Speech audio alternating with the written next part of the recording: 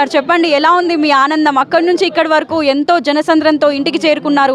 బాణాసంచా కాలుస్తూ కూడా మీ యొక్క అభిమానులందరూ కలిసి మిమ్మల్ని ఇంటికి తీసుకువచ్చారు. ఎలా అనిపిస్తుంది ఈ ఆనందం మీకు? అంటే ఈ 15 రోజులు కష్టపడ్డందుకు అప్పాజిపేట గ్రామ ప్రజలు ఇచ్చిన తీర్పుకు కష్టం వైపు ఉంటారని మేము అనుకుంటున్నాం. ఎవరైతే కష్టపడతారో వాళ్ళకే తోడుగా ఉంటారని గ్రామ ప్రజలు బాగా సహకరించారు. దీనికి నేను నా జీవితకాలం అప్పాయిపేట గ్రామ ప్రజలకు ఎల్లవేళలా అందుబాటులో ఉంటూ వాళ్ళ ఉన్నటువంటి సమస్యల మీద, పేదలకు గ్రామ అభివృద్ధి, నిన్న ఎన్నికలలో ఇచ్చిన హామీలు, మంత్రివర్యులు కోమటిరెడ్డి వెంకటరెడ్డి గారి సహకారంతో, అట్లాగే కాంగ్రెస్ పార్టీ సహకారంతో, మా గ్రామ ప్రజల సహకారంతో అన్నీ తొందరగా నెరవేరుస్తామని కోరుకుంటున్నాను. సార్, మార్నింగ్ నుంచి మేము అడిగిన దాని ప్రకారం, మీడియా సర్వే చేసిన ప్రకారం మీ నుండి మీరంటే చాలా మంచి పేరు ఊర్లో.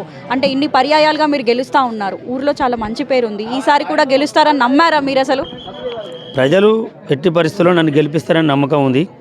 ఒకవేళ కాకపోయినా ప్రజల మధ్యనే ఉంటుంది. గెలిపోవడం పెద్ద సహజం కాదు, సమస్య కాదు. అది గెలిపిస్తేనే 4 రోజులు ఎక్కువ పని చేస్తాం, లేకపోతేనే ఇంట్లో ఉంటాం అనేది కాదు. నేను మొన్న 2018లో పోటీ చేయకుండా మళ్ళీ కంటిన్యూగా అట్నే ఈ 5 సంవత్సరాలు ప్రజాసేవ మీదనే ఉన్నాం. దాన్ని ఏం వదిలిపెట్టి ఎవరో సమస్యలు తీర్చకుండా లేం.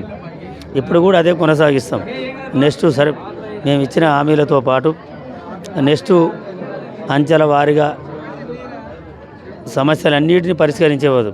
మేము పడ్డ కష్టానికి ప్రజలు సహకారం అందించారు, తీర్పిచ్చారు. ఇలా మంచినీళ్ళ సమస్య కావచ్చు, కోమటిరెడ్డి వెంకటరెడ్డి గారు అండగా ఉండి ఎక్కడనో మహారాష్ట్రలో, కర్ణాటకలో కురిసిన నీళ్లు, ఆ నీళ్ళని ఇలా వచ్చి ఈడ మా అప్పాజిపేట గ్రామ చెరువులన్నీ అలుగుపోస్తున్నాయి.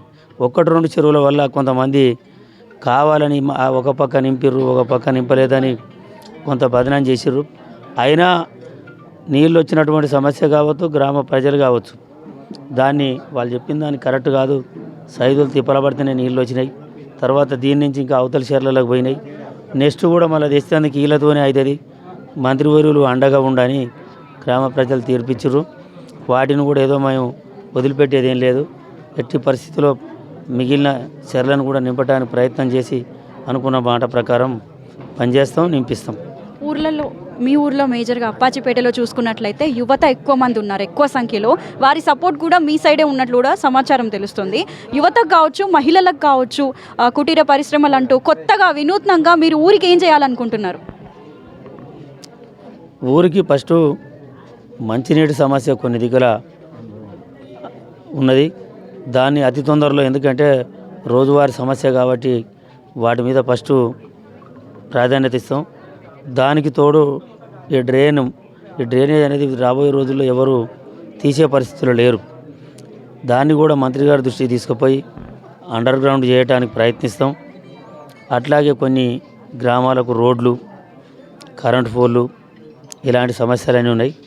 ఇవన్నీ తీర్చడానికి ప్రయత్నిస్తాం. గెలిచినందుకు మీకు ముందుగా మీ ఇరువురికి కూడా కృతజ్ఞతలు తెలియజేసుకుంటూ, మున్ముందు కూడా మీరు అనేక పదవులు అధిరోహించి గొప్ప స్థాయిలో ఉండాలని మనస్ఫూర్తిగా కోరుకుంటున్నాను. సార్ చెప్పండి, మీ తండ్రి గారి గెలుపు మీకు ఏ విధంగా ఉంది?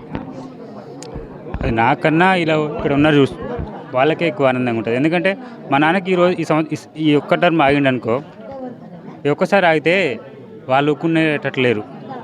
వాళ్ళు ఫోర్స్గా చేయించారు. మేమేదో మాకు అధికారం ఉంది, మేము అడగోలుగా దూసుకోవాలని ఎప్పుడూ రాజకీయాల్లో పోటీ చేయలేదు. వాళ్ళంతలో వాళ్ళే మీరు పోటీ చేస్తే ఓట్లు వేస్తాం, గెలిపిస్తామని ఆ ఆశయంతోనే వాళ్ళే ప్రతిసారి వాళ్ళే ముందుకు నెట్టారు. వాళ్ళే బలపరిచారు, వాళ్ళే ఓట్లు వేసారు, వాళ్ళే గెలిపించారు. ఇప్పుడు ఆయన జీవితం కూడా ఆయన వాళ్ళకే. ఇంకా ముందు కూడా ఇప్పుడు 15 ఏళ్ళు ఎప్పుడు మాకు అధికార పార్టీ లేదు. 20 ఏళ్ళ జీవితంలో మాకు ఎప్పుడు అధికార పార్టీ లేదు. ఈ మొదటి టర్మ్ మాకు అధికార పార్టీలో అవకాశం వచ్చింది. ఈ 20 ఏళ్లలో అధికార పార్టీ లేకున్నా ఇంత అండతో మాకు ఆశీర్వదించారు. అధికార పార్టీతో ఇంకా ఎంతో చేయగలుగుతాం, అది చేసి చూపిస్తాం అంతే. అంటే ఇందాక మేము చూస్తున్నట్లయితే మీరు చాలా ఎమోషనల్ అయ్యారు, మీ నాన్నగారిని హత్తుకుంటూ కూడా. ఎందుకు అలా ఎమోషనల్ అయ్యారు? రీజన్ ఏంటి దాని వెనక? ఎమోషనల్ అంటే ఇక్కడ ఏంది సెంటిమెంట్. వాళ్ళు ఓడిపోయినా ఒకసారి ఛాన్స్ ఇవ్వండి అన్నారు. అట్లంటే ప్రతిసారి నరేంద్ర మోడీ పీఎం అవుతుండే, ఎందుకు ఇంకో వేరే వాళ్ళకి ఇవ్వాలని ఇవ్వలేదు. అదొకటి. మంచి పని చేస్తే వాళ్ళే గెలిపిస్తారు. ఇప్పుడు మేము 3 సార్లు ఓడిపోయినా, నేను ఉత్తగానే 3 సార్లు నామినేషన్ చేసి ఊరుకుంటా, 4వసారి నాకైతే ఈనాడు మసియర్గా వాళ్ళు మంచి పని చేస్తే ఎవరైనా గెలిపిస్తారు, అదే నిరూపించారు. అది మున్ముందు కూడా మరిన్ని అభివృద్ధి కార్యక్రమాలు చేస్తూ ఈ యొక్క గ్రామ ప్రజలకు మా యొక్క జీవితం అంకితం అంటూ కూడా వారు తెలియజేస్తున్నారు. మరిన్ని అప్డేట్స్ కోసం చూస్తూనే ఉండండి ఎస్పీపీ న్యూస్.